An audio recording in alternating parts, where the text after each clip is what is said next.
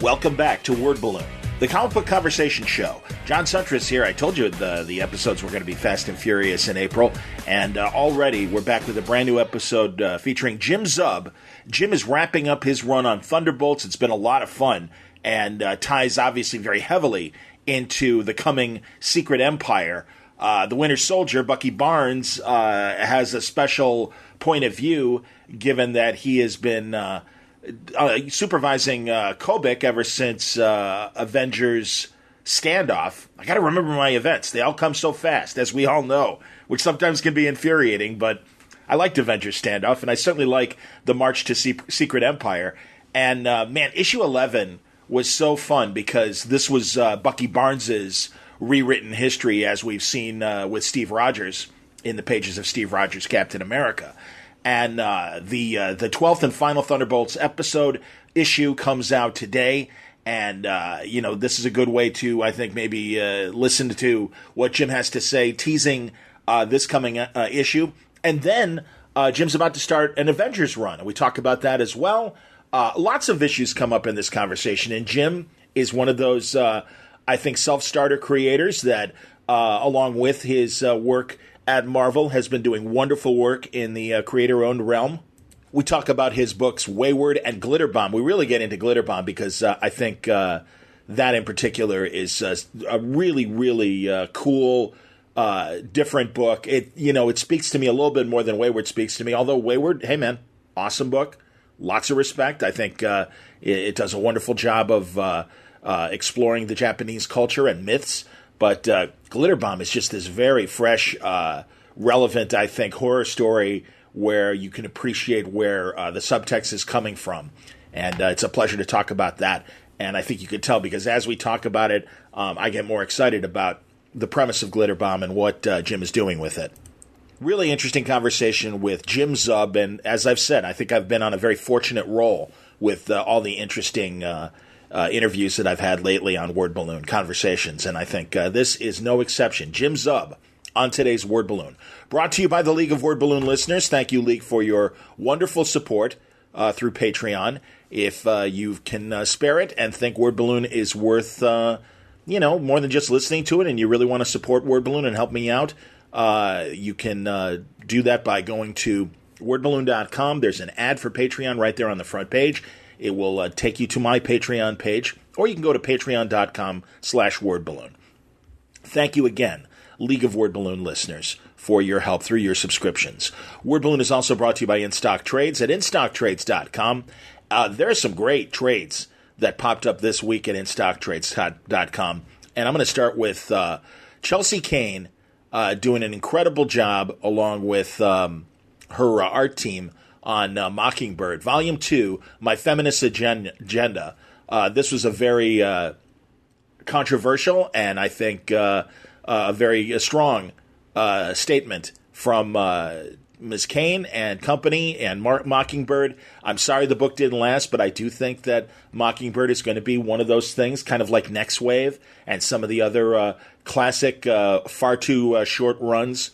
But I think people will be coming back to this book because it really was a great spin on Mockingbird and her point of view on the Marvel Universe. It's 45% off. It's just $8.79. You can also get The Scarlet Witch, Volume 3, Final Hex. James Robinson, along with lots of great artists. And this is another great run, Scarlet Witch from issue 11 to 15. It's 45% off, again, $8.79. We're giving you the reasonably priced books.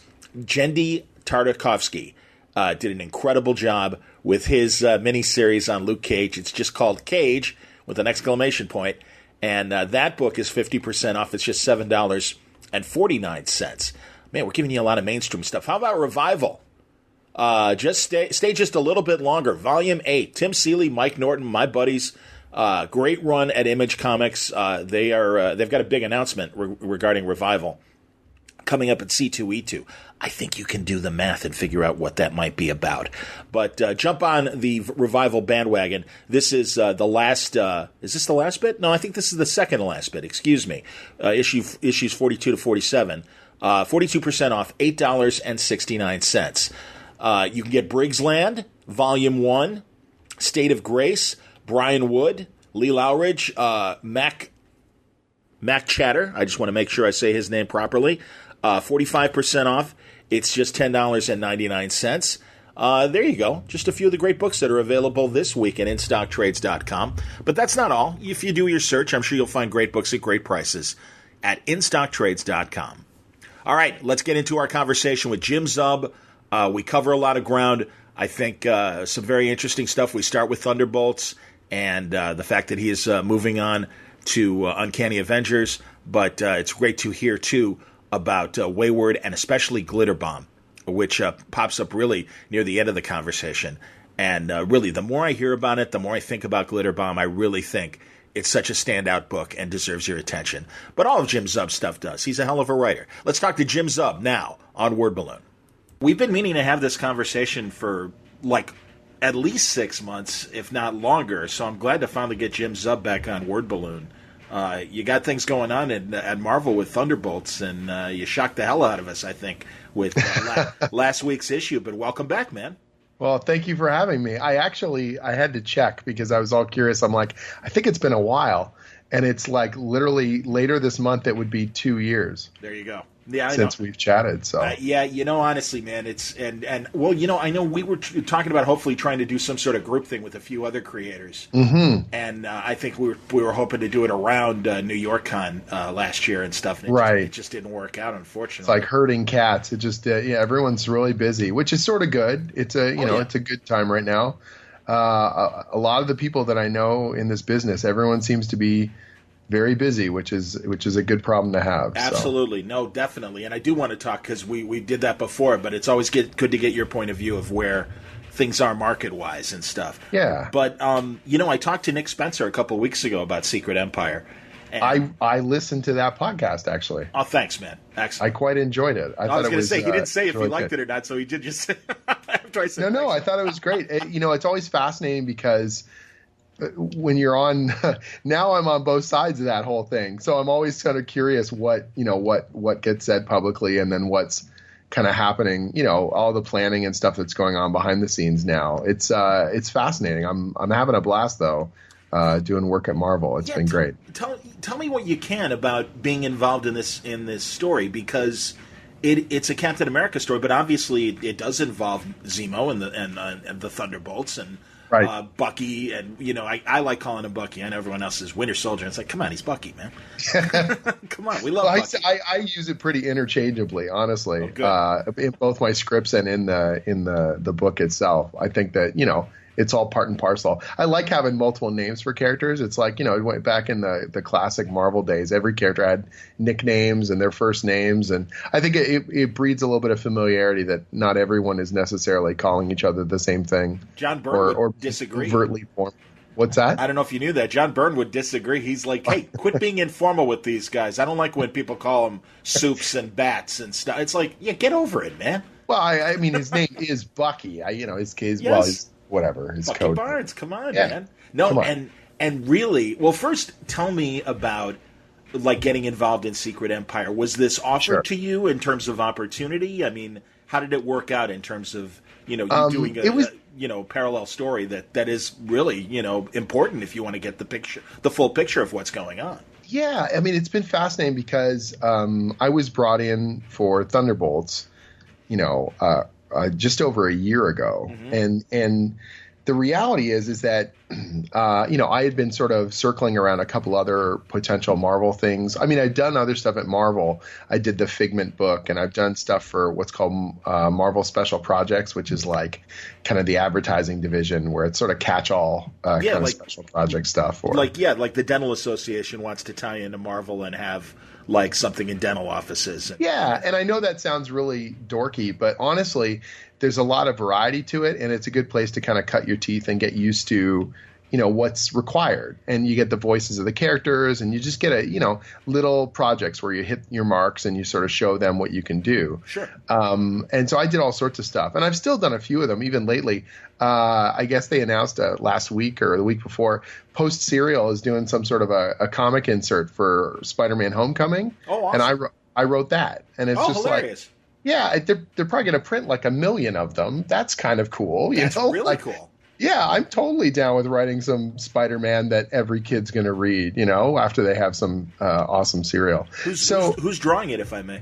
I actually don't know. Okay. So that was one of those things where they just needed the script front loaded because with the movie stuff, they need to go through 100 different layers of approvals. Sure. So, they just wanted to get that story done as early as possible. So I wrote that quite a while ago. Is it a prelude to the movie, or it's not? It's very much a little self-contained kind of fun adventure. Okay. And just real easy kind of impact. Peter Parker having fun and getting himself in a little bit of a jam, and it's a two-parter with a little cliffhanger in the middle, and that's it. It's just like a fun, real easy.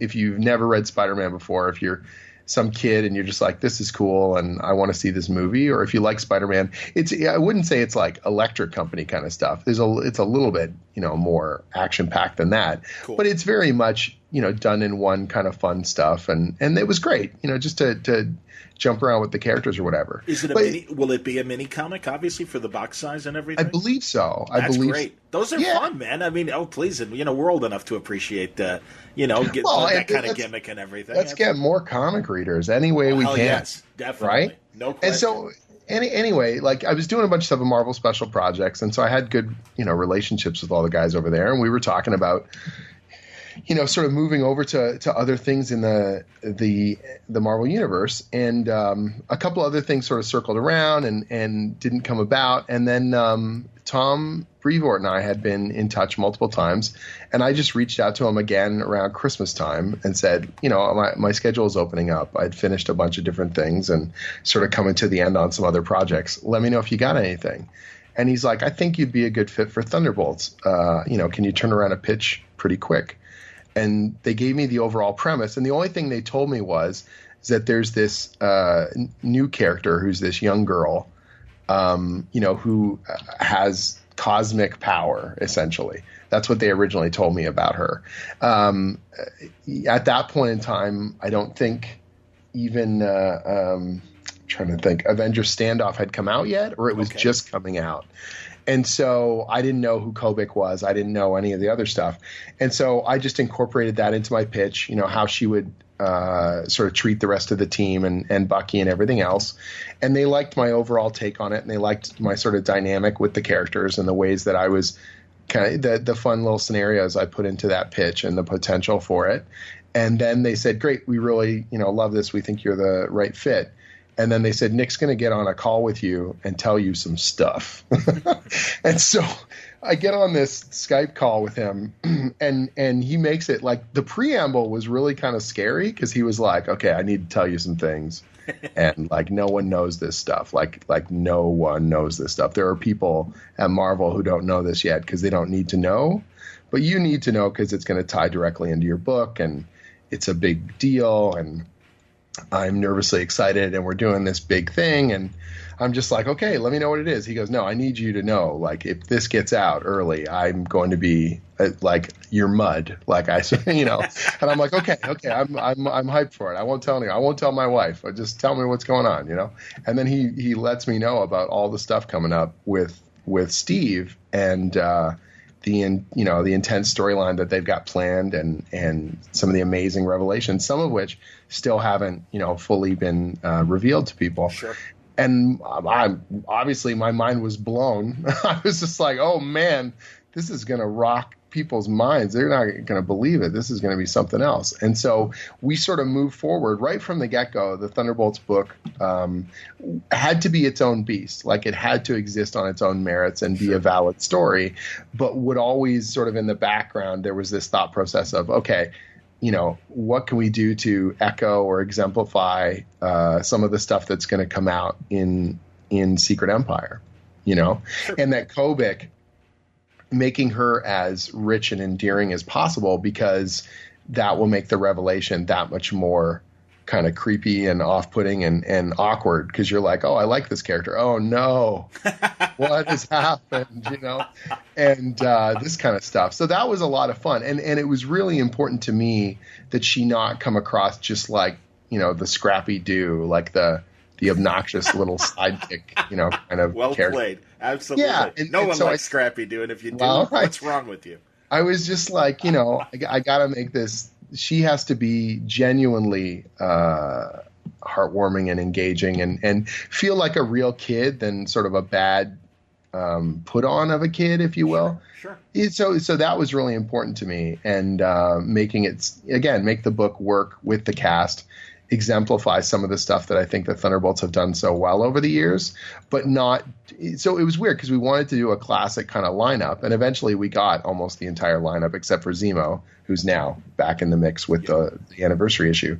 But so we did have a sense of nostalgia tying into it, but I didn't want it to be navel gazing. I didn't want to just be looking into the past and trying to recreate past glories. I'm like, we have to be trying to say something, that this nostalgia is for a purpose, that this lineup is here for a reason, and that, in some ways, parts of the story are very much about you can't go back to who you were. Just because we assemble this old team doesn't make them the old team. Mm-hmm.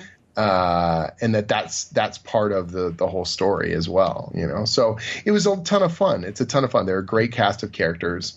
The interactions with them are a hoot, and just the missions we were able to take them on. And it's sort of the strange, when you're working with big iconic characters, it's a lot harder to make big changes, obviously. But here we're able to really kind of push and pull these characters in all sorts of fun directions and look at sort of where they've gone and go, okay, what's the next evolution for someone like Moonstone or the Fixer?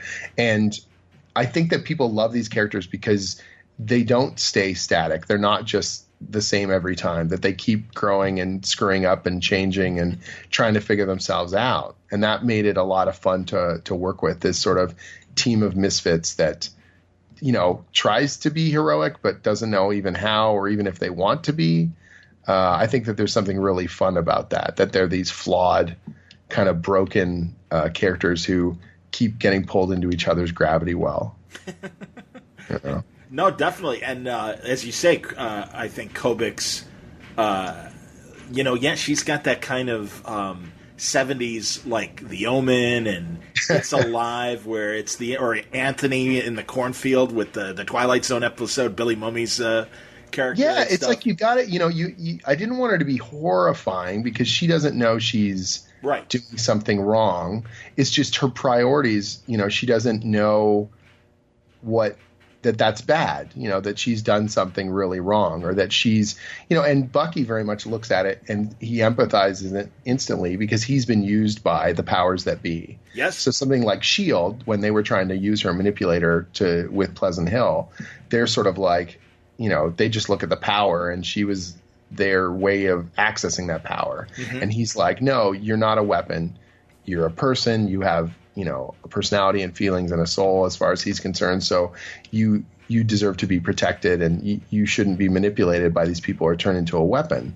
And that's his sort of blind spot. The fact that he knew she was dangerous. He wasn't a fool in that way, sure. But that he couldn't have possibly, how could he have imagined, how deep the rabbit hole went in terms of how she's been used, or that the Skull had access to her, or any of that stuff. So it was fun because if you were reading, Sam Wilson and Steve Rogers and Thunderbolts, you were getting this really cool interplay between the three books. Mm-hmm. But if you're reading any one of them, you're still getting a valid story. And I think that was really exciting and fun to play with. And Nick was great in that sandbox. Like, he gave me some really cool moments and revelations to play with, and little bits we would sort of ricochet off each other and kind of go, okay, how can we maximize the potential of this? I mean, that's why you want to have a shared continuity and a shared Marvel universe, so that we can make better stories together rather than, I don't know, rub the wrong way. That's the way I feel about it.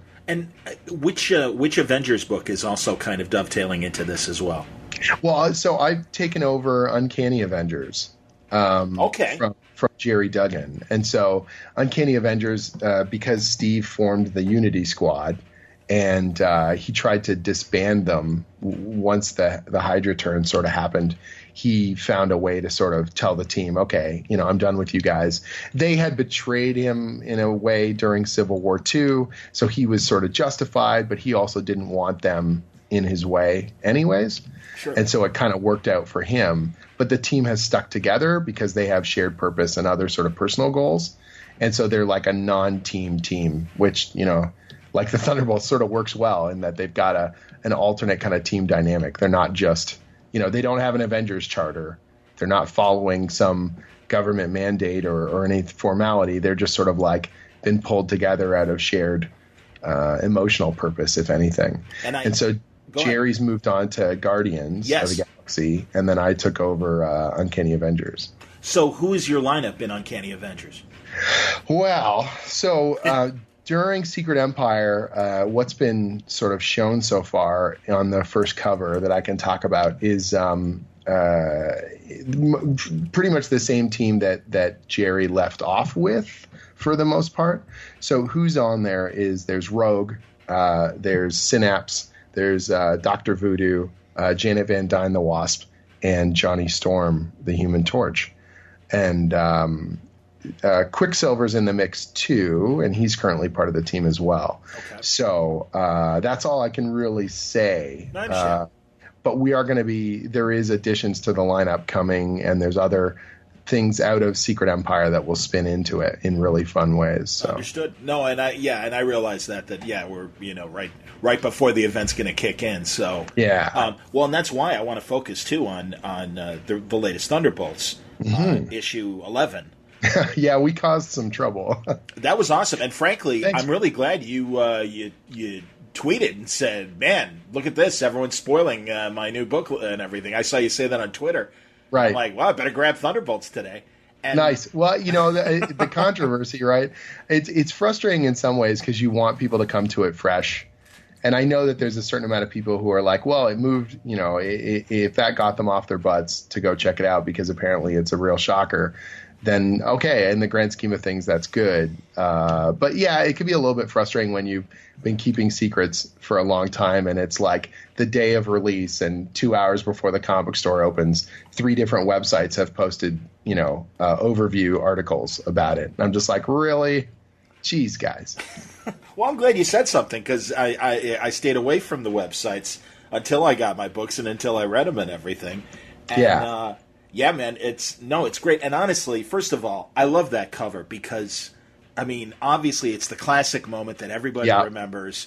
And I even remember when J.M. DeMatteis did, leading up to, I want to say, Cap 300, he had this great story where the Red Skull put Steve in a virtual reality situation and he was reliving Zemo's drone and Bucky. Oh, that's right too. Yeah, that's right. I actually remember that. Oh, and it's great because it literally said, today Steve Rogers faces, the darkest day of his life. Right. And it's like and if you're hip to Cap and everything, it's like, oh my God, it's this is the moment. And I always that was like the best thing about Cap coming back and being revived was the loss of Bucky and sure. Just that, it really, so powerful and everything. And I remember in that one, it was great because they got to reverse things and he got to save Bucky. And it's, right. I remember it ended, I think Mike Zeck was the artist. Great shocked look on Bucky's face and Steve just happy as hell. He's like, I finally saved you. And I mean, and it just, it was great. And the Skull's like, great. All right. I've taken away your greatest regret. Now you're ready to fight me. And it was like, okay. And it was like, oh, my God. And much in the same way, this is Bucky's crazy virtual reality moment. Although, Kobik is giving the choice of either Kobik or Kobik, excuse me. Kobik, yeah. I mean, yeah, it's almost like, hey, choose your reality. Choose your adventure, Bucky. What do you want to do? Yeah, and what's funny is that wasn't in the original plan for leading up to Secret Empire. That was actually something that I had in my original pitch for the series. One of the things I said is if there's this cosmic girl, and she can tempt Bucky and sort of say, hey, if you have regrets, I can fix them or something. And he'll turn them down. And then I said, at a moment of weakness, he finally gives in or something happens that makes it happen. So now he's in the past and has to, decide what his future is all about. And so we weren't necessarily sure when this plotline was going to happen. It was something that we were just sort of keeping in our pocket, like, okay, this is something I want to do, and I want to make sure that he's tempted and we can sort of build up to this at some point in the series. And then as things were sort of percolating and we were looking at the schedule and Secret Empire's lining up, and the big anniversary's lining up, the 20th anniversary of the Thunderbolts. I'm like, well, we got to pull the trigger. This is too good. There's too many good things all coming into focus at the same time. I think that we can really forge this into something that's bigger than the sum of its parts. And so I brought it up again. I said, okay, I really want Kobik to send, James back to World War II. And then Nick is like, well, in the Steve book, I'm doing this other World War II, that is built off of, what's happened to Steve. And I was like, great, I'll use that. We'll bring it all together. Like, it all works. Sure. And again, it's that thing of just good synchronicity and good teamwork where we're all able to build something better together because of, good shared purpose. And we're all there to tell the best dramatic story that we can.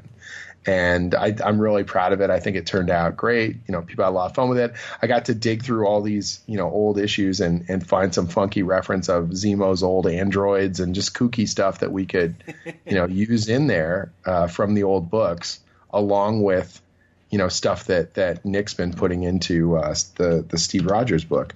And so it's just, it's nice. It's, I think it makes for a really strong middle chapter of this 3-part Return of the Masters thing that we're doing. Mm-hmm. And it's a really good lead into the drama and stuff that is lining up for Secret Empire. So it's exciting. And the response that we've had from readers, fans of the Thunderbolts and fans of the Winter Soldier and everything else, it's been very gratifying, to know that I get to, sort of play in the sandbox and kind of prove myself and show that I can work with this, the Marvel superheroes and do right by them. So, as always, you want to create dramatic tension and throw people curveballs but after they read it, ideally they go, yeah, okay, I didn't see that coming, but now that I've read it, that's the way it should have gone. That's awesome. And I really am looking forward to issue 12 because not only the conclusion of the story, but also now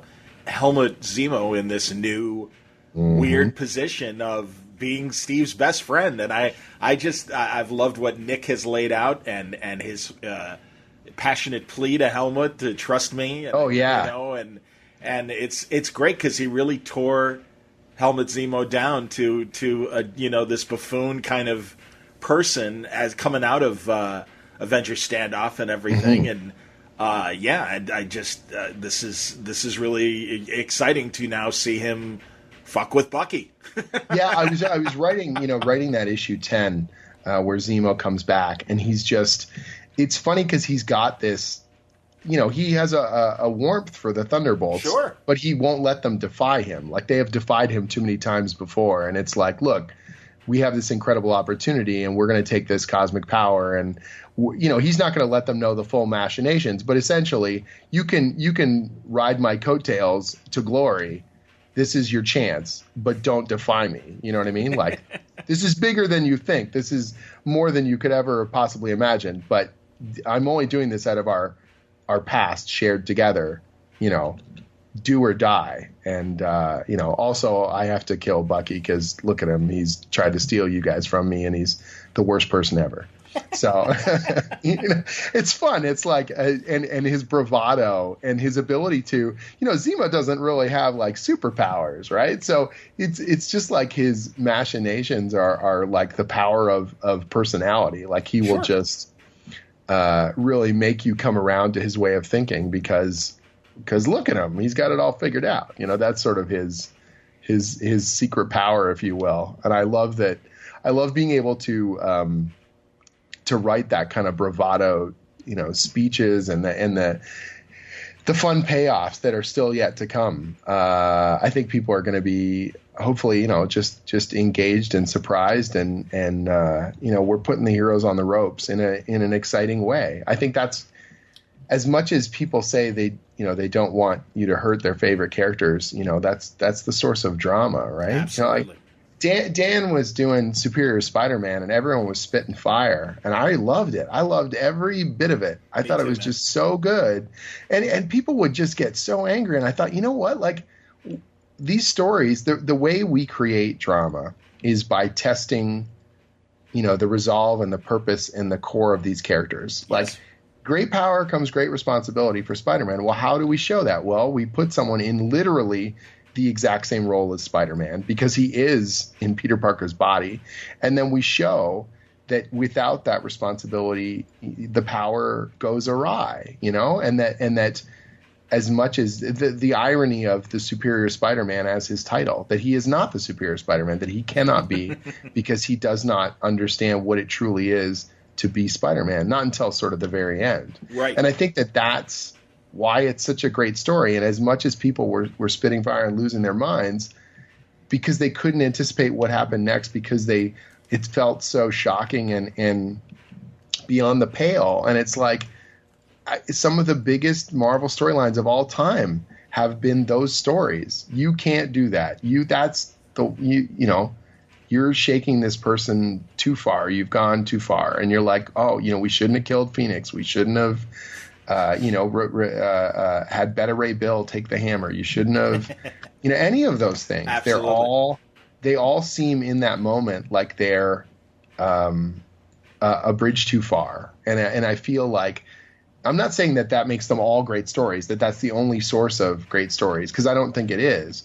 But I think that there's definitely a commonality to some of those big ones. And that's not to say that, I don't know how people will respond to Secret Empire when it's all said and done. I don't know how people will respond to this run on Thunderbolts when we look at it in the rearview mirror. But I'd like to hope that people understand that we want to build compelling stories and surprise you and, put these characters through the ringer so we can show you why they're heroes. You know what I mean? Absolutely, man. No, and you're right. And I mean, that's the instinct is no, we want a nice, safe Captain America story, but it's like, no, you don't. Come on, man. It's like, it tests the metal of the character. What are the sales on a safe, repetitive, Yeah. run on a character? X-Men is at its best when the characters are getting just manipulated, mauled, and the soap opera, right? You get like people hated Winter Soldier when it was coming out. Most people don't remember that. Brubaker and everyone was getting just raked over the coals. The fan mail, everyone was losing their minds because this was the ultimate insult. You can't bring Bucky back. You can't do it. It's the worst thing. And now it's so deeply ingrained into the canon, and especially with the cinematic universe, it's turned it into like a seminal storyline. It is built into the DNA of who Steve Rogers is and his story. And it's like, okay, I'm not saying necessarily that will be the case here, but it could be, if it's done well, if Nick can stick the landing, then I hope that, it's remembered fondly. I hear you, man. And no, and if there is one person that has the both the mental ability to kind of face this kind of problem and also the skill, it is Bucky, and that's great, and it is good that he is back because I suppose Sam could do it too, but I don't know. There really is something to the core of Bucky being there really from day one. The regret has changed from I let Bucky die to oh my God, I let Bucky get influenced by the Soviets and become this killing machine, and that was so great. And I had these conversations with Ed as it was going on. I mean, it's funny because I laugh at the please just let him kiss and be done with it, and it's like, no, man, come on, I'm sorry that some people don't get. It's like, no, these are like brother best friends that it's that kind of regret. And it's I honestly don't. We got a lot of once I took over Thunderbolts with Bucky there, that's the book where he was showing up every month. Mm-hmm. And so we had a lot of Stucky fans, as they call them. I haven't heard that. Stucky. Yeah, that's Stucky. Awesome. Yeah, Steve and Bucky. And we had a lot of them reach out and be very passionate and send us letters and explain why they wanted this pairing. And it's like, you know what? I'm not going to promise you that that's going to happen in the books, but I'm sure not going to insult you either, because I think that your fandom and your excitement for these characters, your passion is what makes the Marvel Universe so special. I mean that in every way, shape, and form. Well, I'm not making fun of them, but go on, sure. And then I'll go ahead.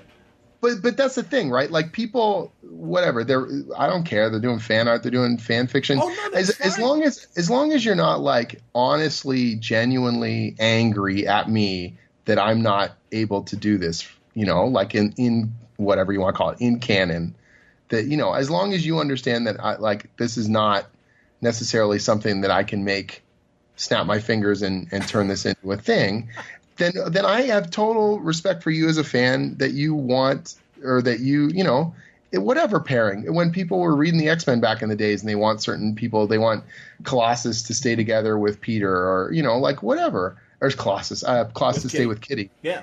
Whatever. Like that's totally valid. You're a fan. You have a love for these characters and you want it to go a certain way. And, the drama is formed by things not always going the way that you would like. But equally, I think it's like passionate people engaging the Marvel Universe is what's brought it so far, right? Whether it's people that love, Gwen Stacy and wish she had never died, or the marriage had never been, wiped away, or whatever it may have you. I'm better that people are passionate and excited about these stories than ignoring it. Oh, absolutely. No, I agree with that. And I don't know, man. I guess because to me, /fiction, where I think some of this stuff started and everything, I think it's great. I think it's fun. I think from a fan fiction standpoint, I guess maybe I'm just old-fashioned, and it's not that I'm against gay relationships. Sure. It's just that, like I said, to me it almost is like, because, and it's only certain people that do get really pointed and do kind of demand it. And it's I think as long as, again, as long as we can keep it in the proper context, right? Like just to understand, I've got a job and I'm, in some small way, I'm representing a part of a multi-billion-dollar franchise of characters, and that this kind of major change doesn't just happen because it would be nice if I did that. You know what I mean? Like there's a lot more going on here than just,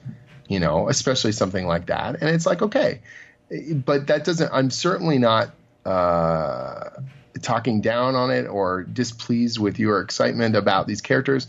And I will promise you all kinds of drama, and I will promise you all kinds of poignant moments between these characters. And that's one of the things we delivered. Like I was really proud of issue 7.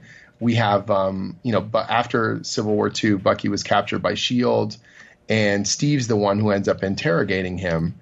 And Steve's having these real poignant moments where he's like, I want you to be a hero, and every time I turn around, you're a criminal, and you're doing all these things, and how am I supposed to look after you, and how can interesting, how can I defend you, essentially? But what makes it unbelievably aggravating to the reader is they know that Steve is a Hydra, and he's pulled the wool over Bucky's eyes, and Bucky's so distraught about all this stuff because he thinks he's failed, and he thinks he's hurt his best friend and his mentor and all this sort of stuff.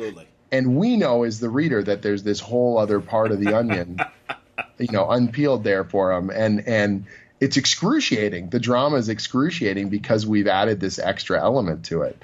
And I think that's what made it so, fun. And so I can do these poignant aspects and still give you engaging character drama, even if it's not necessarily going to be full-blown romance or whatever may have you. No, and again, that's what they do love each other, but but in my eyes, they love each other in as you said, a kind of father-son, a mentor, brothers, student, whatever you want to call and absolutely brothers. I mean, again, it's funny because they get it. The guys who wrote the Winter Soldier script, they certainly get it too. I love that moment where it's a flashback right after Steve's mom dies, and Bucky's like, "Hey, man, you shouldn't be alone. Come to the house, man. We'll put the sofa cushions down like we used to and stuff when we were kids." And it's like, yeah, man. It's like, no, guys can have a sleepover that doesn't end in a coupling. So like what? And this is the whole thing, right? And I think people get so, I don't know, if they're worried about it that it's going to demasculate them or something. Like, why we can't allow these people to talk about this stuff? Who cares? Like, if you are passionate about characters, if you love storytelling, great. As long as you're not like, picketing the Marvel offices over this. Like I do whatever you want to do, man. Like engage this stuff, tell people about it, read it, love it. That's what it's there for. Oh, I agree. What I mean? There was also that during Secret Wars, and I forget which. I think Sam might have wrote it, Humphreys.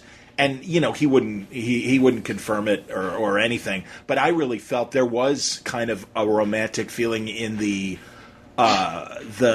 miniseries where Steve was on the Hulk planet, or I guess in the section where there was just the wild barbarian Hulks, and he was riding Devil Dinosaur and it whatever. I hadn't read that one, so I'm not sure. Okay, and I mean like Bucky seemed to be more of a romantic concern than just my friend is captured or my friend I can't even remember if they killed him or whatever, and it worked. It totally worked. So I think that's cool too. But I really do think that there is this, especially now that Bucky is back and has full command of his faculties again. Right. There is that regret of I don't want to disappoint this guy. And like I said, up until this issue 11, I want to go back and read 7 now. I gotta find that. 7-8's pretty crazy. Right, I'm really proud of that one. No, I will definitely check that out because it is. I just think their dynamic is so. Yeah, interesting. And there's also another whole fandom of the Bucky Nat, so it's Natasha, because they were in an actual relationship. That was a great story, absolutely. Right, and then Brubaker, they ended up wiping Natasha's mind, so she doesn't remember and all that stuff.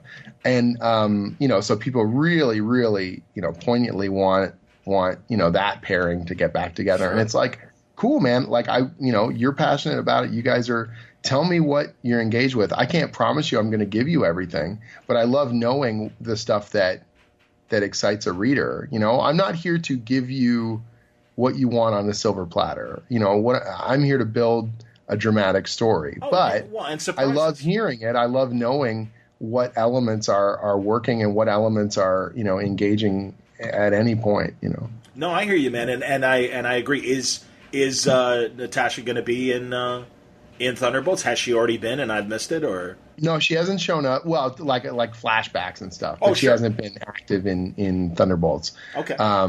So during Secret Empire, Thunderbolts isn't running for reasons that will be clear once you read 12. Oh, very interesting. Okay. And so because it's folded right into the core of the event. Yeah. Okay. So it would be somewhere between redundant and weird. So you'll get a better sense of it. So, but Natasha's got a role to play and all that stuff, and cool. I'm just really glad that people are passionate about the characters, and there's discussion of what sort of comes after Secret Empire and how it all rolls out, and that's still being kind of finalized as we speak, and so. Even potentially later this week, I might know how. I've got some proposals in there and sort of discussion points on what comes next. So okay, fingers crossed. Yeah. All right, excellent. But in the meantime, you're shifting to Uncanny. Yeah, I'll be doing Uncanny. I'm also doing one of the tie-in one-shot issues. They're doing these 3 oversized one-shots tying into Secret Empire as well. And so I'm doing one called United that comes out in June. Okay. And it's like a political thriller with how the mutants are sort of responding to a bunch of the Hydra stuff. And so I get to play in sort of the mutant camp a little bit and get to show sort of the Hydra machinations kind of going on in terms of the politics and backstabbing that's happening behind the scenes. That's cool. It's been a lot of fun. It was Nick sort of contacted me and said, I think you'd be a really good fit for this. What do you think? And we literally got on Skype and just sort of jammed for about 45 minutes. And I said, I want to do this kind of thing and this. And he really liked it. And we just went back and forth until pretty much by the time the phone call was done, I had an outline. And I got off the phone and just wrote it in about half an hour, sent it over, and it was approved with almost no changes. So it was nice. It's nice to have that kind of, back and forth. Certainly. It's interesting timing, and it's funny because it's easy to say that this story is happening because of what's going on in the real world. But I do know for a fact that Nick had plotted this out well before 2016. I don't think people realize how long this has been. Feel free to embellish as much as you can on that. Well, I've only been privy to it obviously since early last year when I took over Thunderbolts. But one of the press guys posted a thing on Twitter. This is over a month ago, and he showed that in the 2012.1 issue, that's the first time that Nick Fury mentions Kobik. And at that point, it's like a code word that he uses, I think, to unlock something or something like that. And that's how long it's been on the back burner. Holy cow! Yeah, I didn't realize that. My God. Yeah. So obviously, and that's been one of the nice things from what I know with the retreats they've been doing and stuff like that. The architects, sort of getting together and talking about the big moves. Some of the biggest elements are 3, 4, 5 years out. They kind of they know where some of those bigger movements are going to be. So funny. Well, it'll be interesting to see how the Marvel world's politics do play out for Secret Empire. And I mean, I remember the original Secret Empire, right, which also, again, because it was so political and really was ripped from today's headlines, right, back in the 70s when they did it. And, for people who don't know, it turned out that a very obvious-looking President Nixon was behind the Secret Empire, kills himself at the end of the story. Sorry, spoilers, but 40-year-old spoilers. But that's yeah. I think we're okay. But man, I talked to Englehart about that story years ago. And, oh wow! He's that's Captain America should be a political book, but it doesn't have to be ripped from today's headlines to still be political. And sure, I mean, that's the thing. He represents the American ideal, and that does change every generation or even with different administrations. And he has faced that kind of change in the past, choosing to become nomad, the U.S. agent kind of coming from that. John Walker's the U.S. agent, isn't he? Okay. Yeah, I remember when Steve was in the 80s in the all-black outfit, and he was the captain. And That's John right. Walker was Captain America and stuff. So, no, I think these things do come in waves, and it's fair to ask, what does Captain America represent today?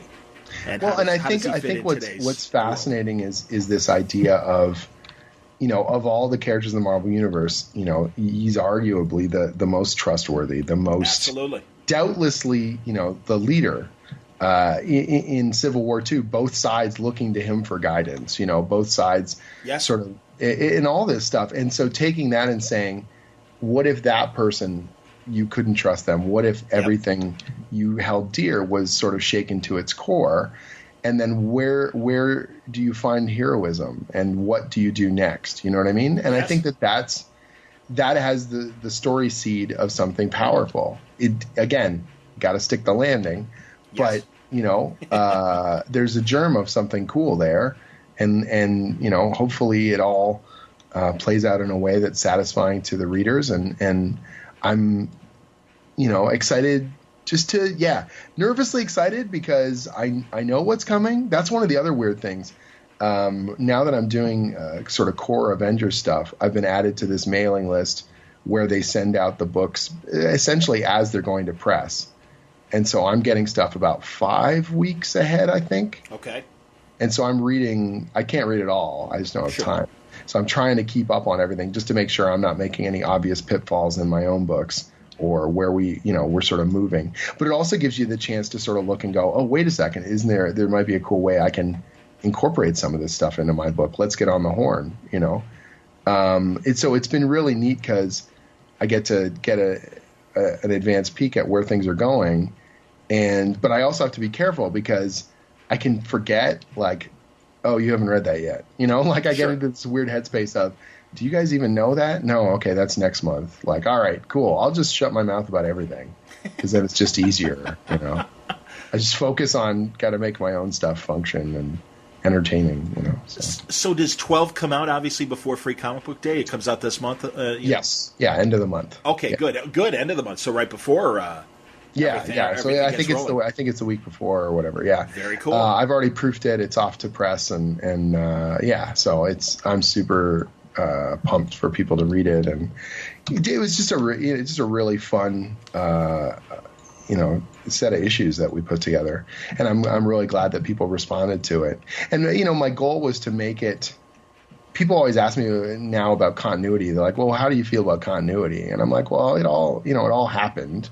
It's just we decide what parts we're going to emphasize or what elements kind of ring most true to me for any particular character.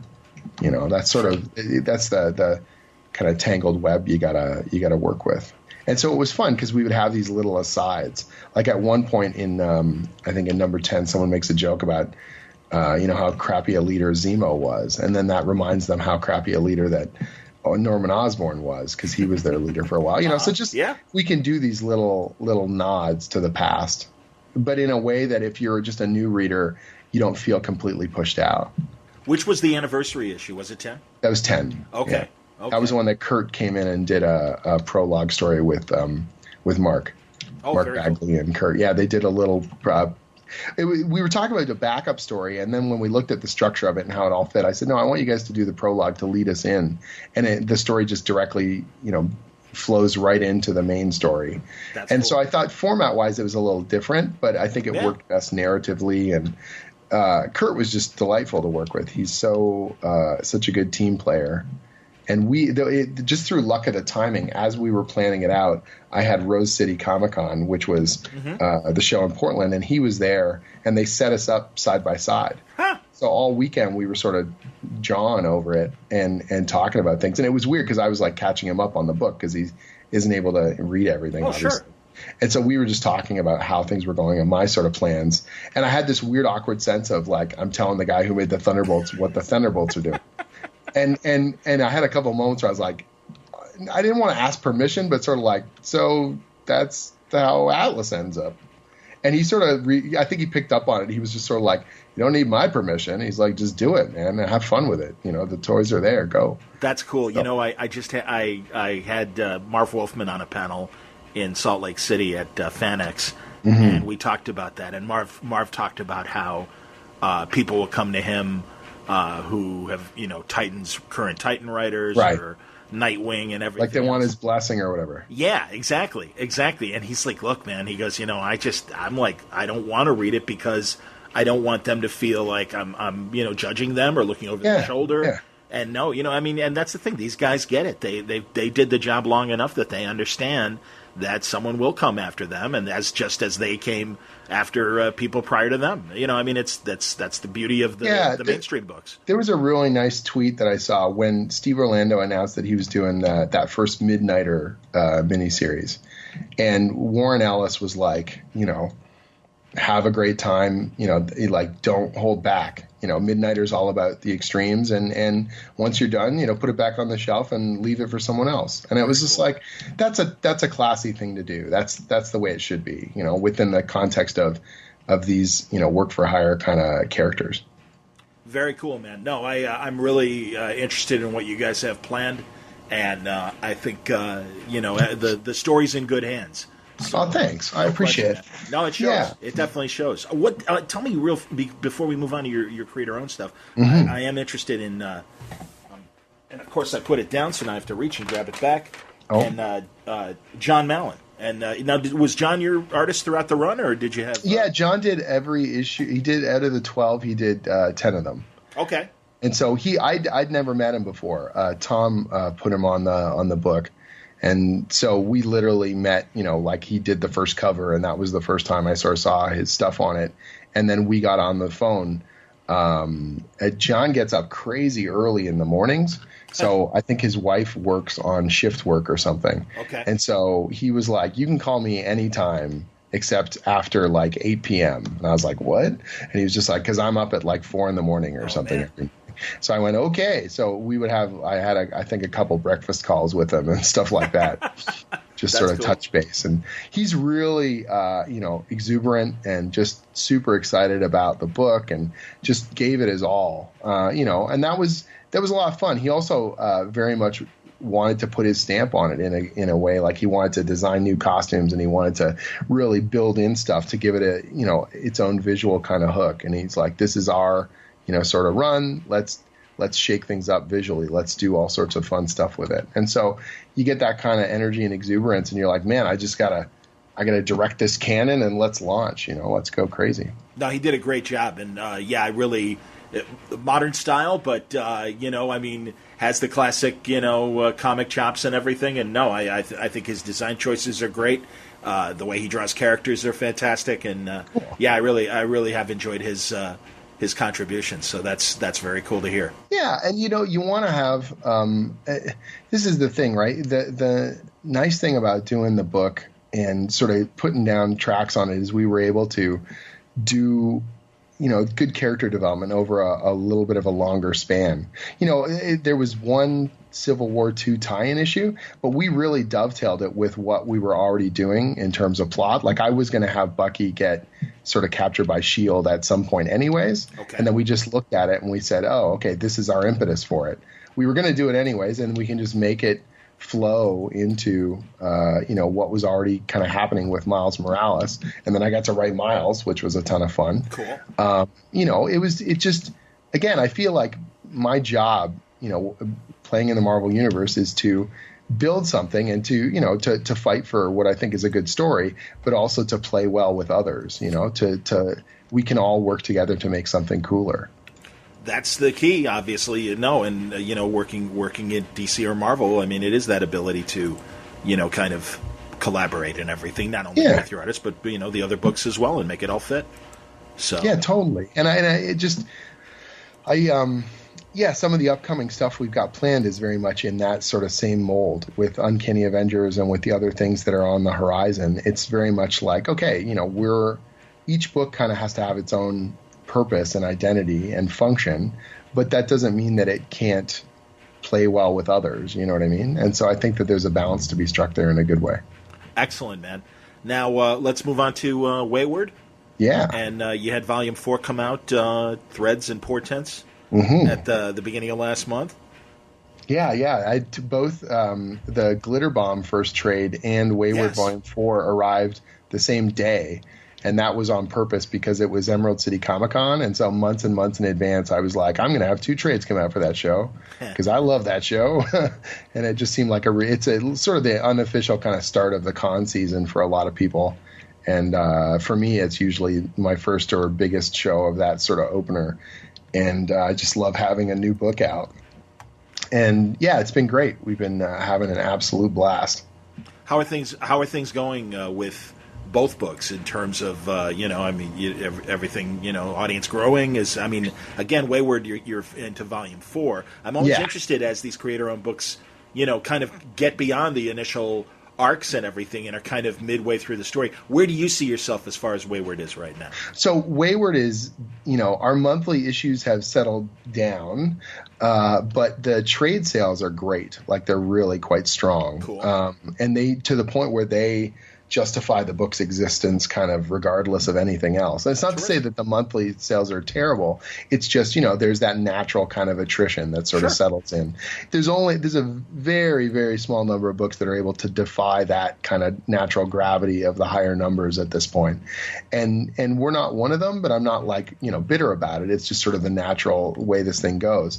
But our trade sales keep rising and our digital sales keep rising. And so that is buoying us and keeping us rolling in some really cool ways and surprising me every 6 months we get an update from Image on trade and digital sales and I'm always sort of like, okay, well this we've hit the peak now and it's going to crest off.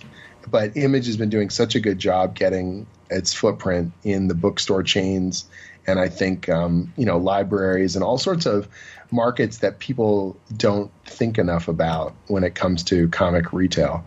And so we just keep seeing growth in those areas.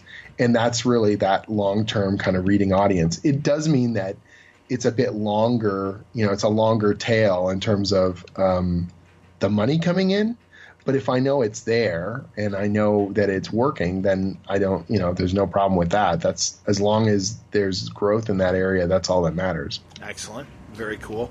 And forgive me because I haven't been following. So tell me, no problem. Where you can let Wayward readers know where we are story wise, and the same goes for Glitterbomb. Yeah, so Wayward, I think last time I talked to you, Wayward was relatively young. Mm-hmm. And so, the way we were sort of selling it to people was like Buffy in Japan, like it's these teenagers fighting Japanese mythological monsters on the streets of Tokyo. And we've done a bunch of that, but we've also broadened the story in a lot of interesting ways. So we've dug a lot deeper into the mythological side of things and sort of revealed that these kids, these teenagers, are essentially the next generation of the supernatural in Japan, that they do not just represent cool kids with powers, but they're essentially the progenitors of the next stage of the supernatural. And so the old gods and the old supernatural forces of Japan are trying to stop them from taking hold, trying to stop them from, picking up the torch and seeing them as obsolete. And so the conflict has really grown in a lot of amazing ways, and we've built some really cool drama with these characters and their relationships.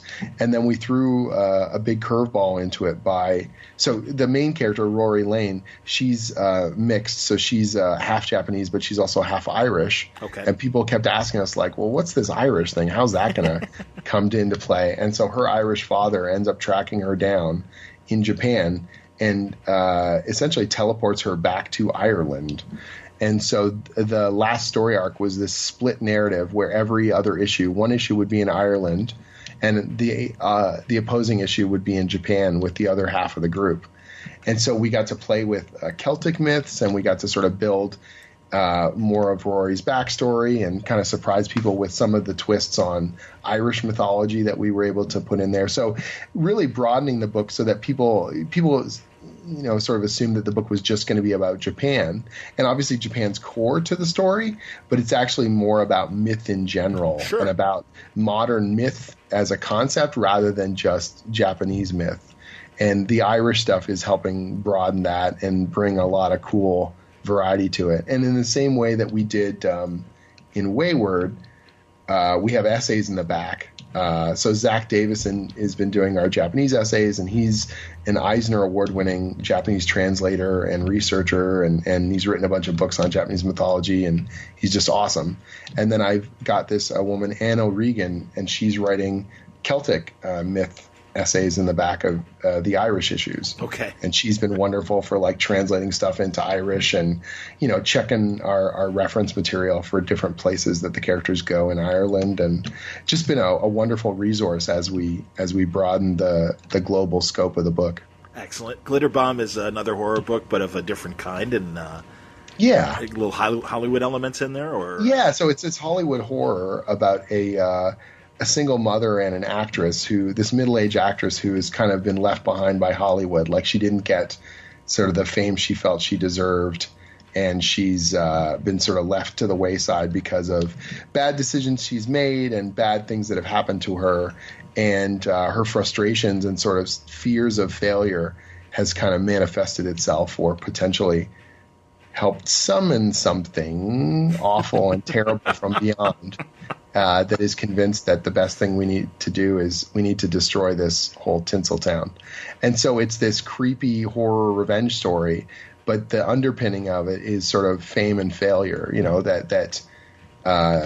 she's lashing out at the system that feeds on people's emotions and tries to sell them the Hollywood dream, or tries to sell people, that they should be beautiful and perfect and famous, and that the only thing to aspire for is celebrity. And so there's the best compliments we got about it is that the gory monster parts were not half as horrifying as the Hollywood jerk parts, Sure. No, I understand. And, I'm a fan of the Roseanne Arquette documentary that's Searching for Deborah Winger. Yeah. And just the plight of middle-aged actresses, and well, you're not the it girl anymore. Yep. But you're not old enough to play a grandma, Exactly. And so you're in this awful space where you're totally a valid actor and you have these skills and no one cares. And the men are getting older and their co-stars get younger to sort of balance whatever magic number they've figured out people think they want to see. It's interesting because and you're able to tap into this. It does seem like it's changing a little bit. I mean, I really, like I remember Kelly Sue DeConnick explaining to me the sexy lamp idea, which cracks me up, but I get it, and it's sad. It is sad. But I do really think that Hollywood is finally addressing that. And, God, look at, and now I'm blanking, from The Matrix, Carrie... Carrie-Anne Moss, I think it is. Yes, and and look at her role in the Netflix Marvel television. Yeah, but this is the thing, is I think that what people are realizing is that those old rules, you don't have to adhere to them in order to please a general public. Look at the varied cast from the Fast and the Furious movies. Yes. Or all this sort of stuff, that what people really want, and I think in some ways what scares the crap out of Hollywood is that they can't just rely on old formulas. Yes. They can't just rely on old expectations. They can't just put a star in front of everyone and everyone goes, okay, I'll show up. That everything's sort of out the window in terms of branding, and everything's sort of out the window. God forbid you might have to tell good stories and surprise people. That what people really want is compelling stories and interesting, sort of storytelling. Agreed. And that is the universal constant. I was actually tweeting about this morning, and one of the things I was sort of saying is this exact thing. All companies, whether it's comic book company publishers or video game publishers or movie studios, they would love to have that magic formula. Oh, we just plug in this and everyone will buy it. Oh, the perfect genre. This is hot right now. Or this gameplay style, or this star, or this, whatever, zombies, whatever you want to put into it. That they keep looking for that thing because that's the easy answer. And what they don't want to admit is that it's alchemical, that it's a mixture of the concept, the creative people, and their marketing and their, support of the idea. And it's going to be different every time. And I know that that's scary to people because they would love to just have, we just put the bat symbol on it and it'll sell 1 million copies or whatever. But it's not. It's always the audience is more savvy now, and they have more options than ever before. That's what's really scary in the digital age. I'm not just competing for your dollar with the new books that came out this week. I'm literally competing with every Marvel book that's ever been. Marvel Unlimited, sure. Right? I'm competing with archives of material that, pull at your heartstrings and your nostalgia, right? Absolutely. And so I have to justify my existence in the face of that. And the same thing with television. If you want to wind away your hours watching every episode of, WKRP in Cincinnati or Friends or whatever, you can. Why do I need new television? Well, new television better be awesome in order to justify, how it can stand out against the onslaught of other material. It's interesting now in TV.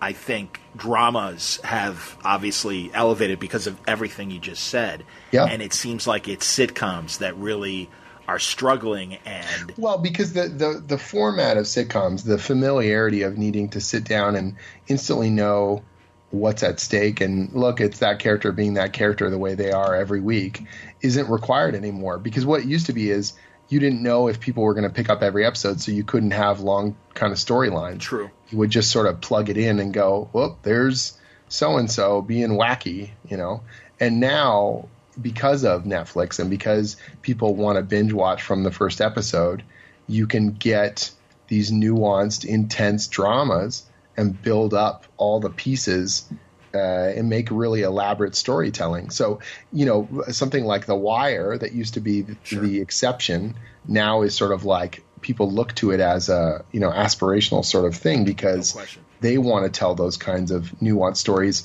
with the kinds of production values that are movie-esque thanks to, the technology being that much more accessible. Yeah, and special effects. I agree, and I also think and not to pick on it because I like the idea of it, but like Powerless, really, I got to be honest, it disappoints me because it feels very much of an earlier era. That and also and you're right, but not that early. I mean, it really feels like this is like Poor Man's Community or Poor Man's Parks and Rec or The Office and stuff like that. And to be honest, as much as people love Parks and Rec, I'm like, I feel like I'm seeing the same dog tricks I saw in The Office. And I'm like, I like the people on the show, and I'm really glad that, a lot of these people have, had breakout careers, since Parks and Rec and stuff. But yeah, man, and Powerless, it's just like, okay, and it was disappointing because like the Easter eggs are still fun, the superhero nods are fun, but my patience is so short for it now. Like not just that show, but pretty much anything. Like I've watched, because I'm so busy. Like I'm juggling this full-time day job, and then I've got a full-time comic writing slate. Like I'm writing between anywhere between 4 and 6 books a month. Sure. And it's like, if it's not, I know it sounds really crass, so hear me out. If it's not brilliant, I'm dropping it. Which I'm sure some people are going to listen to this and go, well, your comics aren't brilliant, so screw you. But whatever. Like, when it comes to the TV stuff, I've got just no patience. Like, I just look and I go, okay, they lost me. I can't do this. And my wife just laughs because she's like, wow, I think that show lasted 2 episodes, and then you just threw it in the garbage. Because I'm just like, no, I ain't got time for this. Like, if it's not engaging me, if my brain's not firing on all cylinders because I'm excited about this, or it's really amusing or whatever, why am I sitting here trying to force myself to like something? Understood. God knows there's enough other options out there. There's 100 shows people are talking about that I should be watching or trying out. We've been watching The Expanse. Have you watched that? Yes, I've seen a couple episodes of it, and it looks it looks interesting. The Sci-Fi Channel one with Thomas Jane. Yeah, and you know what? It's a little bit of a slow burn on that first season, and then it gets some real momentum. And second season is just awesome. Cool. We are loving it. And every episode is just like, there's something that happens in I don't want to get it wrong. I think it's the 5th episode of second season. Okay. And it feels like a season ender. Like it's huge. And you're like, is this the end of the season? Episode 5? No, because I know there's more coming. How are they going to bounce out of this? And it's just like, just another episode. I couldn't believe it. I mean, and they do have huge aftershocks because of it. But it felt like that's now propelling it rather than it being like, look, we showed you all our cards. It's just like, oh, we got more. You don't even know. Interesting. I'm thinking like, man, to me, dramatically, that felt like that was the big play. And they're like, nope, we got way more in the tank. I'm just like, holy moly. Like I can't. Yeah, it's intensely good. Well, it's probably the best. Back into it.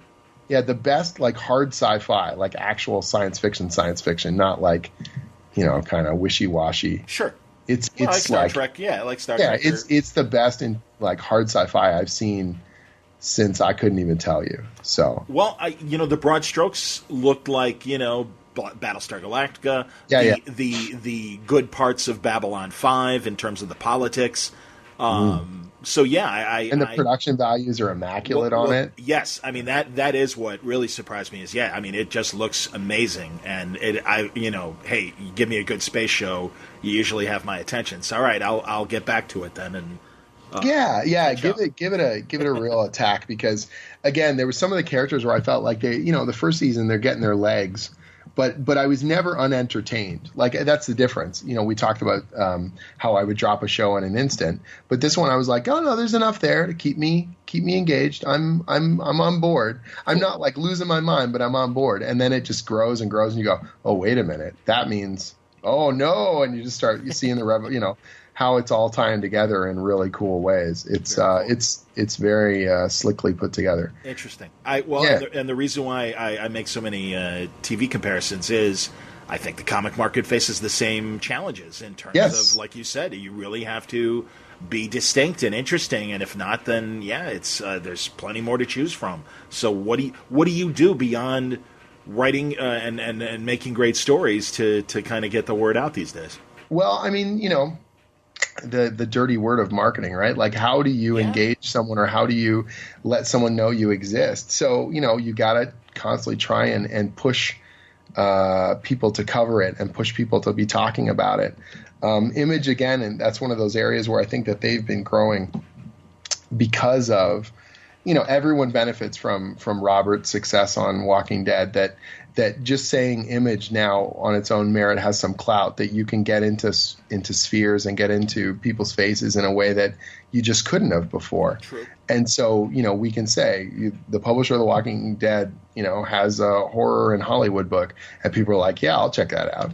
So you can put it into spaces and get people, looking at it. I've got this sounds, I don't say this as some sort of like an ego trip. I have an agent now, which is one of the weirdest experiences. And so that's his job as well, is to get it in front of people and to be getting them talking about it and on a media level sort of looking and engaging and shopping it about. That was the one area of the whole sort of thing I didn't feel comfortable with. Like, I'm fine with publishing, and I worked at Udon for years, and I've done conventions and publishing and the pre-press stuff and graphic design and art and illustration and writing. That's all stuff I feel very comfortable with. But the media deal stuff and negotiating and navigating Hollywood, I didn't feel as comfortable with. I didn't mind writing stories about Hollywood being burned to the ground, but I wasn't as, just not aware of how you get people, interested or what sort of negotiating stuff happens and how to do it. And my agent's been awesome on that. He's been really great. And he reps several sort of other creators, some image creators and stuff. And he's been great, really, really good at sort of listening but also explaining and educating me on how all that sort of thing functions. That's cool. Tell me about the text piece at the end of the Glitterbomb trade. Yeah. So there is a group of essays, and it's in the trade and in the single issues. Cool that you put them in the trade, by the way, but go on. Yeah, and it was something where we were looking at it, and with Wayward, we generally put the essays only in the single issues and in the deluxe, and then we have different back matter in the trades. Okay.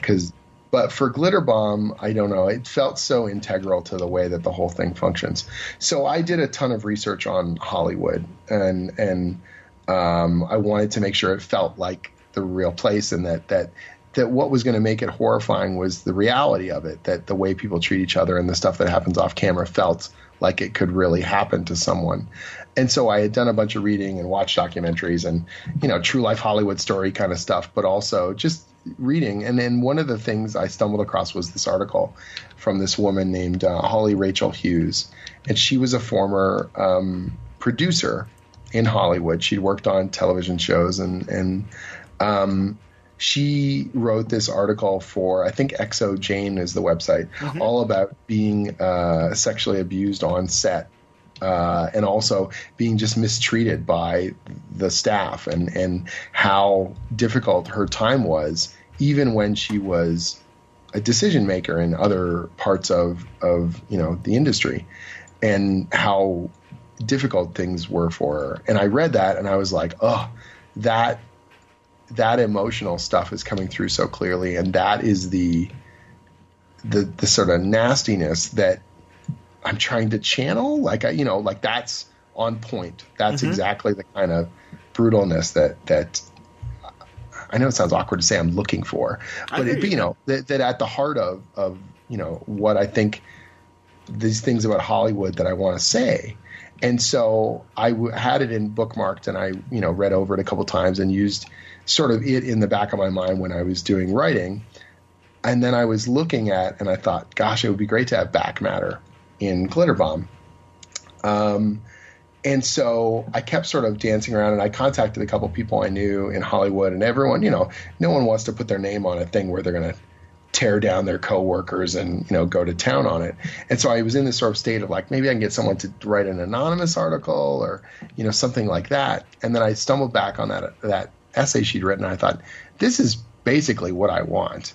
So it's going to be this awkward thing where I'm going to be sending someone her article and going, do you know someone like this?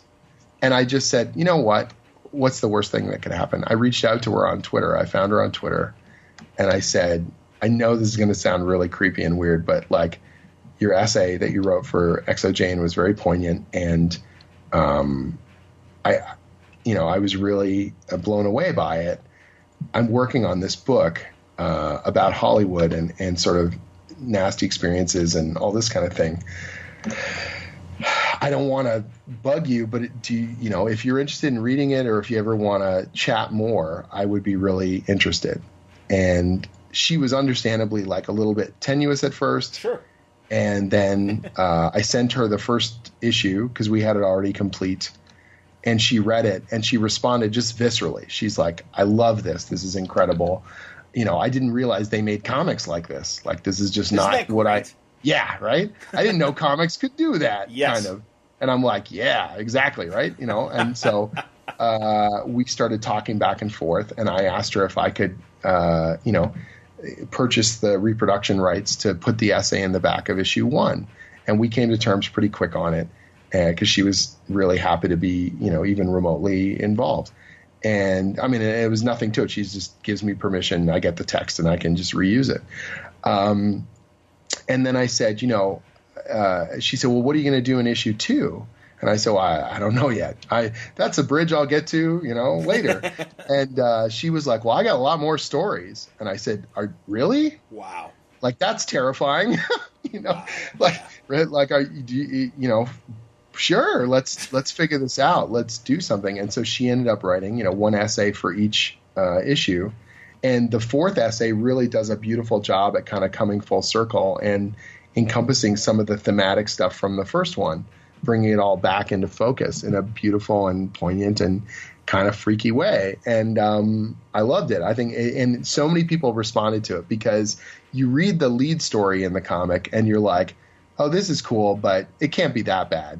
And then you read her essay and you're like, oh, God, it might even be worse. Yeah, isn't it interesting? The real life is the real horror. Yeah. Yeah, and that was the thing is that people were like, in the same sort of way that with Zach's essays, people were like, oh, they're really using the Japanese mythology as the base for Wayward.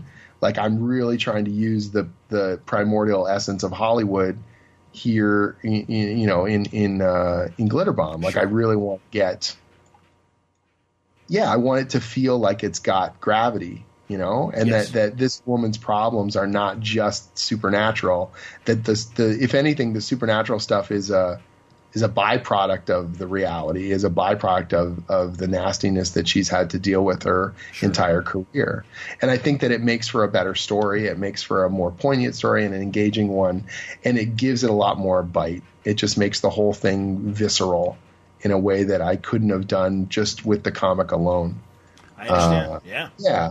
And Holly's been just awesome as a cheerleader for the book, and she's put it in front of a lot of people, some of her former friends in Hollywood, and she's been great about just beating the drum about the book and telling everyone how proud she is to be a part of it. And she's laying out some really personal stuff about the breakdown of her marriage and the intense sort of stress that she went through in this career.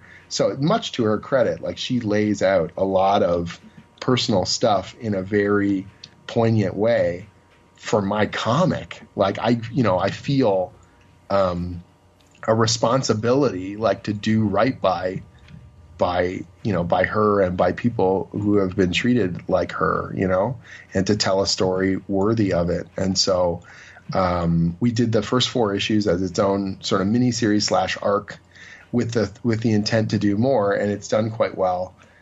So we were lining up to do a second miniseries in the fall. So this format we're kind of doing is every September to December, you get 4 issues of Glitterbomb, and then in the spring you get the next trade. Very cool. And I want to do at least 3 arcs because I kind of know where it goes. There's a secondary character in the first arc who now will be the focal point in the second arc. Interesting. And so whereas the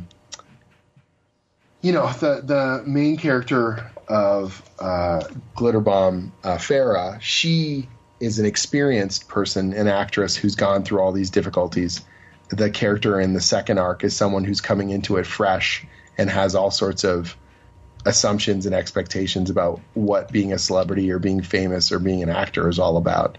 And so we're going to get to a much more naive kind of, manipulation and loss and sort of darkness coming through and getting just a different perspective on kind of the Hollywood machine. Is that Caden? Yes. Okay, so Caden's the focus moving forward. Yeah. Interesting. No, so I the second miniseries is going to be called The Fame Game. And Jabril started working away on covers, and I've got the story sort of outlined, and I'm plugging away on scripts bit by bit, sort of in the background as I get other stuff done. So interesting. No, that's really cool, man. Will Holly continue to write essays, or are you going to go to someone else? Or well, this is the thing. So Holly and I have sort of talked broadly, and she's like, if you want me involved, I'd be thrilled to be involved.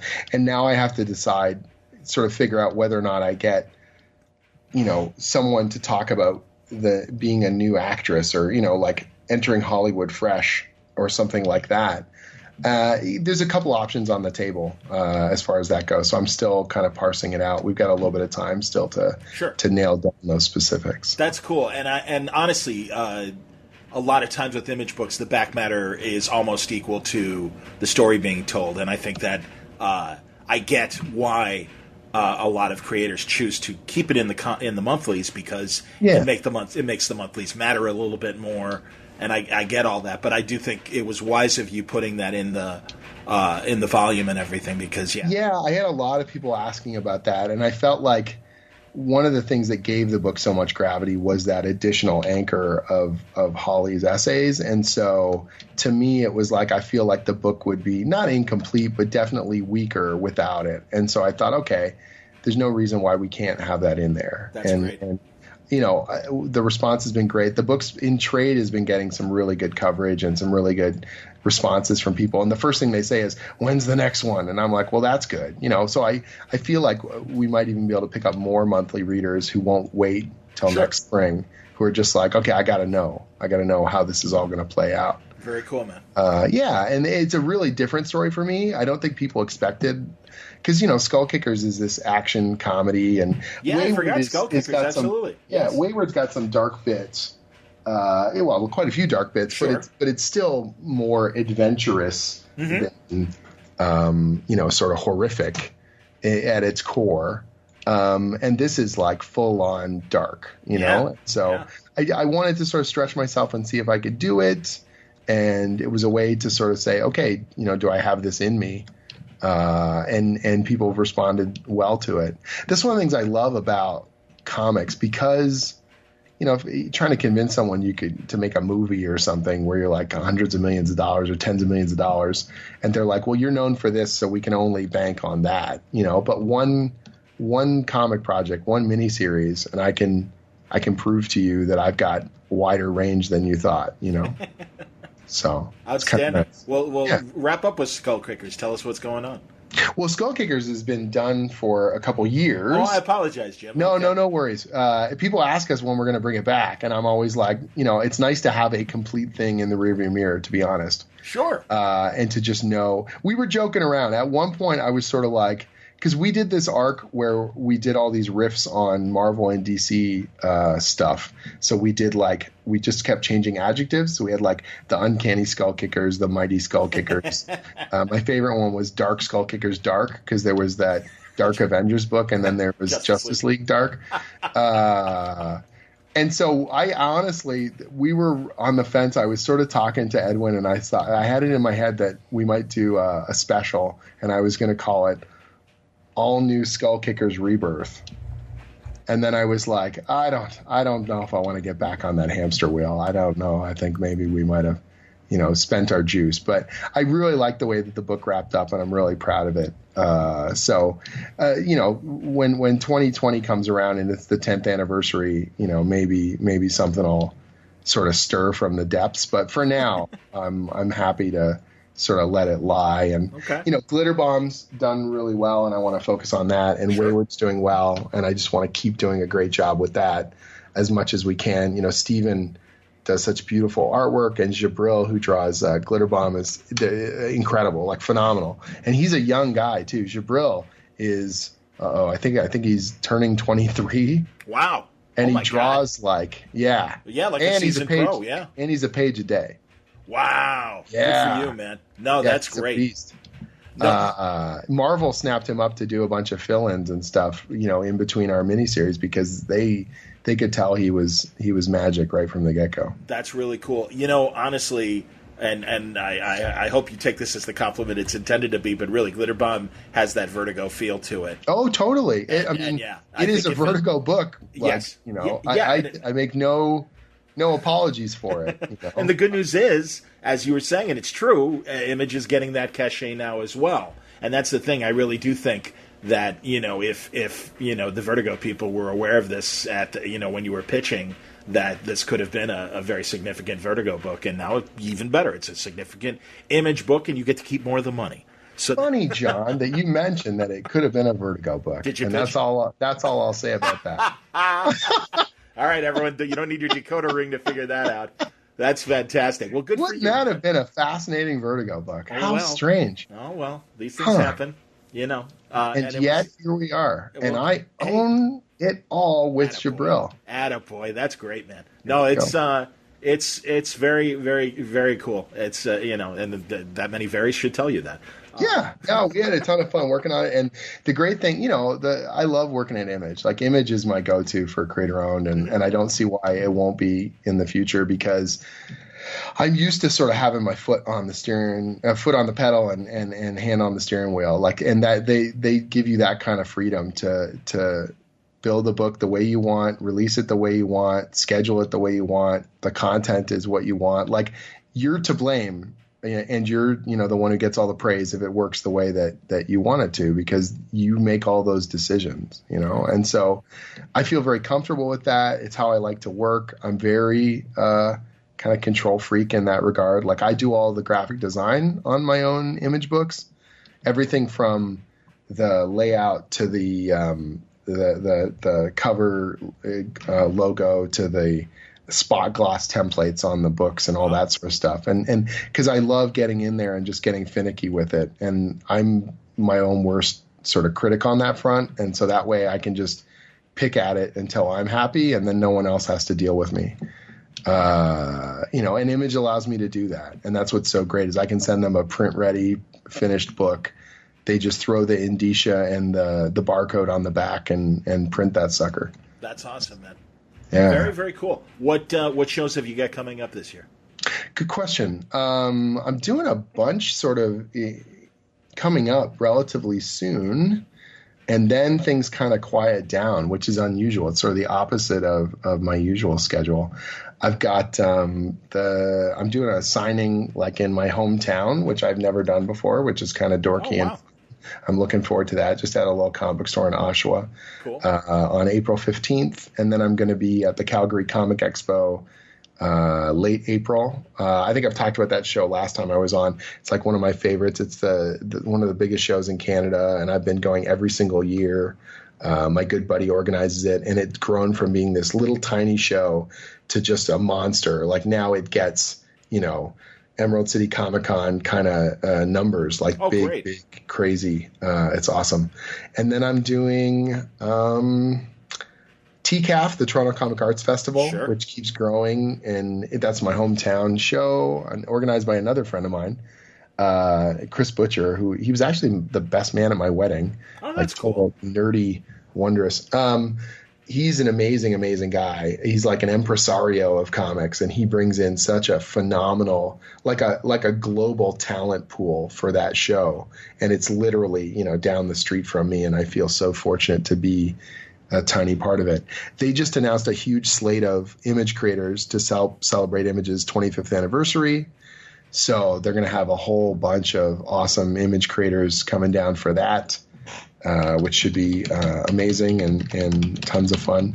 Cool. So I'll be doing that show, and then I'm doing Washington, D.C. I'm doing Awesome Con. Oh, yeah. Okay. A lot of my friends are going to be there. I sadly won't, but a lot of my friends are going to be at Awesome Con. Yeah. That's cool. I'm doing what's it called? MegaCon in Orlando for the first time. Nice. And so John Tyler Christopher, the guy who did the covers for Figment, he was there, I think, last year, and he said it was crazy. He said he signed more Figment books than Star Wars. And he does those action figure covers. Okay. So I mean, they've done how many of those? Yeah. Oh, right? God, yeah. And he says, but it's Disney. The Epcot park's right there, and he said he just signed so many Figment books, it was crazy. So I'm really looking forward to that show and seeing people and seeing some friends I know who work at Disney and stuff as well. So that will be a lot of fun. And then I don't know. San Diego is kind of up in the air. And I keep saying that every year, and then I end up getting pulled into the gravity well. But I really honestly have no reason to go for the first time ever. Like normally I go there to be seen or to try and talk up projects or to try and stick the landing on some pitch or something. And I am honestly booked solid until May of next year. That's awesome. So yeah, I couldn't take another project if I wanted to. If I did, I'd have to drop something. I understand. And so I've been turning down stuff, which is the strangest feeling, in a good way. Yeah, absolutely, man. Yeah, there's one more sort of big announcement coming later this year, and once people hear that, I think they'll be like, "Oh, no wonder Jim's not taking any work." So I'm super pumped for that. Keeping this a secret has been excruciating, but in a good way. I hear you. So, yeah.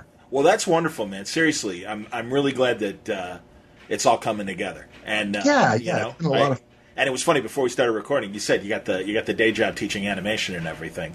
Yeah.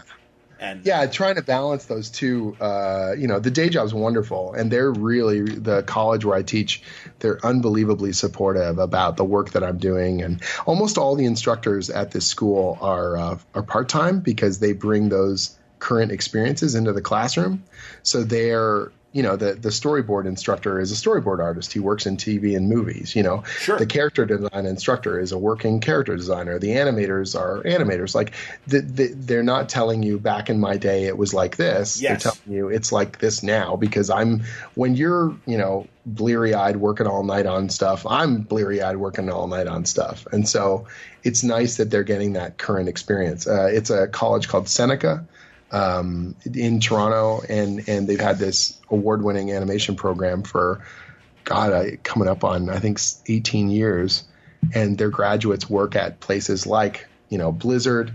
They work at Pixar. They work at ILM. They work across a bunch of studios, and Ubisoft and BioWare. And do you know that artist Jorge Molina? Probably, but go on. Yeah, he's done a bunch of stuff for Marvel.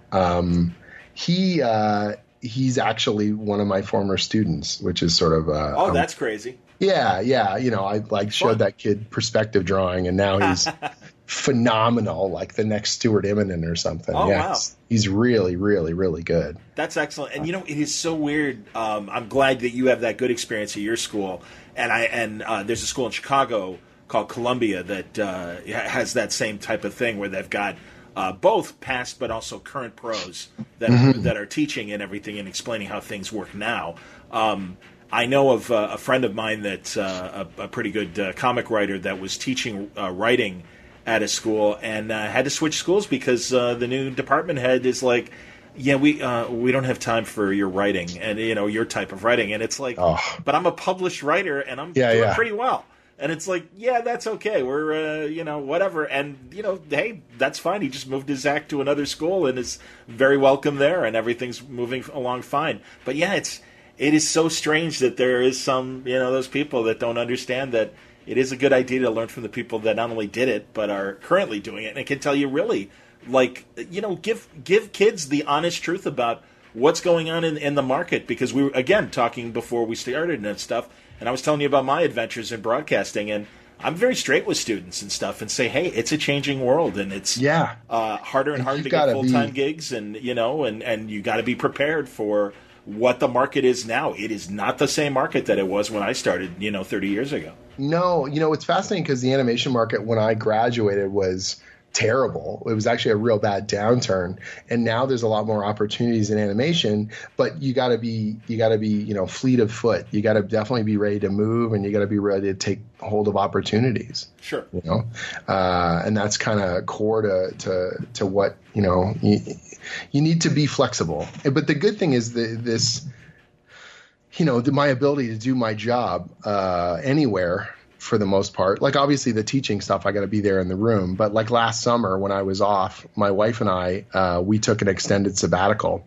We went to Tokyo. We went to Japan for 6 weeks and lived downtown. Like, I had a corporate apartment for a month in Tokyo. Then we did 2 weeks on the road. And I write it off because it's research for Wayward. Certainly. But I also, had this wonderful kind of global experience and just putting yourself somewhere new. And the fact that you can do that as a creative, that I could set that up with Marvel and I was still delivering scripts and we were setting up conference calls. Obviously, I got to figure it out with 13 hours, difference. But in terms of being able to still do my job, you got to wait a few extra hours for me to answer an email sometimes. But it was still smooth. We were able to do this thing. I was still doing art approvals. We were still doing lettering proofs. We were still, the job continues. And that's an incredible thing, that some of the students are able to work from home, or they're able to, take on opportunities in different places, or, it's a global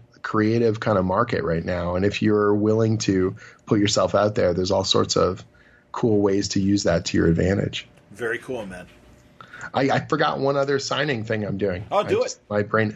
Free Comic Book Day. I'm going to be actually in Glassboro, New Jersey, at a place called The Comic Book Store. Cool. They're bringing me out. They're big fans of the books, and they've sort of been in touch with me for quite a while and sort of jockeying back and forth like, oh, you should come out, you should come out. And then they finally pulled the trigger on it. So I'm really looking forward to it. It's Glassboro is sort of near Philadelphia, like on that lower end of kind of New Jersey, I guess. So yeah, really looking forward to that. That's excellent, man. No, that's great. Keep it up, Jim. Thanks, man. Honestly, I'm really happy it's all working out. You're a good guy, and you're a hell of a writer. So, I deeply appreciate it. No question, and it's a pleasure always talking to you. And at your website, you really do lay things out in terms of if you really want to try and do this as a writer and stuff. You've got great tutorials. Oh, thank you. Great essays over there. Remind people of is it just jimzub.com? Yeah, just jimzub.com, just JIMZUB.com. And I've got probably about 30, or maybe even closer to 40 articles about working in the business, everything from pitching stories to finding collaborators to, sales and marketing and promotion and working with retailers and just all sorts of nuts and bolts of working in the business. And I've been really thankful that there's been quite a few editors at publishers who have said that they just point people towards my site. They just go, that's what a pitch looks like. Look, kid, just go over here and just read everything on there. And if you still have a question, then ask, which has been, it's a real, wonderful thing to hear from people it's been useful over the years. It's been really cool to have that out there. Even just literally today, people were tweeting at me. I started a Patreon, not to like all the tutorial material is free on my site, but the Patreon sort of like a deep dive. Like people would ask me for samples of my scripts, and I would be sort of like, I don't really want to publicly put a bunch of those on my website. Sure. But what I did is I set up a Patreon. People would always say to me at conventions, they would go, I want to buy you a coffee, pick your brain, or I want to buy you a beer. Or, someone's like, oh man, I followed your sort of template, not template, but I looked at how you put a pitch together. I put my pitch together, and now Dark Horse is doing my book or whatever. And I owe you dinner or something. And I said, I don't have time, but if you ever want to support me, this is how you can do it. You go to the Patreon, and there's literally a tier called Buy Me a Coffee, which is like $3. Then there's like a Buy Me a Beer, which is like $5. And then there's a Buy Me Dinner, which is like $10. I guess you take me to McDonald's or something. And what you do is you get access to a script archive where I'm posting up stuff at least twice a month. So I've got all my Thunderbolt scripts on there. Wow. I've got pitches, I've got pacing breakdowns and lettering proof notes and just how the actual work is done. So if you read all the tutorial stuff and you're either like really thankful and you want to pay me back in some way, or you just like, what does an actual professional script look like, that you would send to Marvel or that you would send to IDW, or, how does this stuff work? How much do you describe to the artist versus how much do they interpret? In my case, there's this archive you can dig into for $3 or $5 or whatever. And if you're at the $10 level, you essentially get on my advanced press list where I send you my creator-owned books as if you were, a retailer or a member of the press. So you're getting it weeks early so you can read it and enjoy it. That's awesome, man. I'm looking at your Patreon page now. Patreon.com/JimZub, all one word. Yepers. So, that's awesome, dude. Well, there you go. As a fellow Patreon creator as well, I'm oh, that's right. You're on Patreon too. Oh, yeah. You know, and for me, it was sort of this weird thing of I didn't want to set up a Patreon where I had a lot of rewards where I would be mailing stuff out, or I would either have to live stream or something, because once convention season hits, it's just going to be murder. You're never going to be able to keep up with this stuff, and then people are going to feel like you're taking advantage of them. But something where I can literally PDF a script that I've done, write a couple notes about what the process was like working on this project, and toss it up. You know, people get to partake of it at whatever level they kind of want. That's awesome, man. No, I'm looking at it now, and like I said, I think that's a great idea and a valuable resource. So, jimzub.com, and if that's not enough and you want more, patreon.com/JimZub. Cool. And keep it up, dude. Way to go. Thanks for the shout out. That's very kind of you. It's my pleasure, dude. You know. Oh, that's very, very cool. Well, so we're all in this together, dude. I know, right? Absolutely. When this big project announcement comes out later in the summer, and I won't have to tell you when it happens because you'll know. Okay. Drop me a line. Absolutely, man. No, looking forward to our next talk. Thanks, Jim. All right, take care. Jim Zub, the wrap-up to Thunderbolts, is out today, and you can also find Glitterbomb at your better comic book stores or order it online, and I recommend that you do. Same goes for Wayward, and we're looking forward to Jim's run on Uncanny Avengers coming up as well, and he figures into Secret Empire, as he says, so he's got a couple one-shots coming out during Secret Empire. Great work from Jim Zub, and I'm happy to talk about it with Jim today on Word Balloon. It was all brought to you by InStock Trades at InStockTrades.com. There are some really cool deals going on at InStock Trades. You can save 40% on select IDW titles. They also have an amazing warehouse that, unfortunately, due to shipping, sometimes books, they'll get a crease in them or some nicks and dings, and they don't feel right about selling those books at full prices. When they were based in Indiana, they would always have a big weekend sale where they were like bargain basement prices on incredible books. And if you don't mind a wrinkle or a little ding or a little, notch or niche, in your book or in its spine or whatever, you can find a lot of great books at great prices. They're making those offers online. High discounts on damaged items at InStockTrades.com. But that's not all. You can also get Wonder Woman Earth 1. Trade paperback, Volume 1, Grant Morrison and Yannick Paquette. A controversial book. You wouldn't expect any less from Grant Morrison. It's 50% off, just $8.49. How about Action Comics, Trade paperback, Volume 2, Welcome to the Planet. Dan Jurgens, Pat Zurcher, tremendous run. And I would say the same thing about Tomasi and Pat Gleason and Doug Monkey. I think the Superman titles have never been in better hands as they are currently for a very, very long time. But Volume 2 is 50% off. It's just $7.49. You can get the Daredevil by Brubaker and Lark Omnibus, hardcover Volume 1. It's a big collection, 608 pages. Good stuff, man, from Michael Lark and Ed Brubaker. It's 45% off, just $55 at InStockTrades.com. We talked about a bunch of other books, and I suggest you do a search for yourself for the books you're looking for at great prices. You will find them at InStockTrades.com. Questions or comments about the show, reach me via email, john@wordballoon.com, or you can ask me at Twitter. My Twitter handle is @JohnWordBalloon. Or under Facebook, under my name, John Suntress, and the Word Balloon Network.